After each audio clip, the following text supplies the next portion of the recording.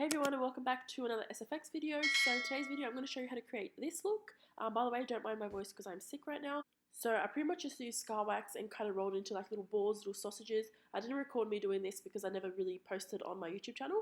So this was mostly just for my TikTok. But yeah, that's pretty much how it turned out.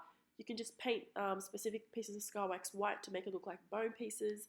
And the outside of the whole kind of wrist is a little bit thicker because I did it on the purpose to make it look like it's been kind of flipped inside out, and to make it look kind of gory, dramatic, and all that good stuff.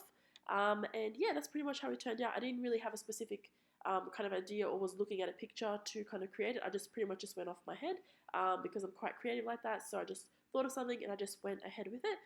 This is a little removal. Hope you guys enjoyed it. If you did, please don't forget to leave a thumbs up and also subscribe to my channel.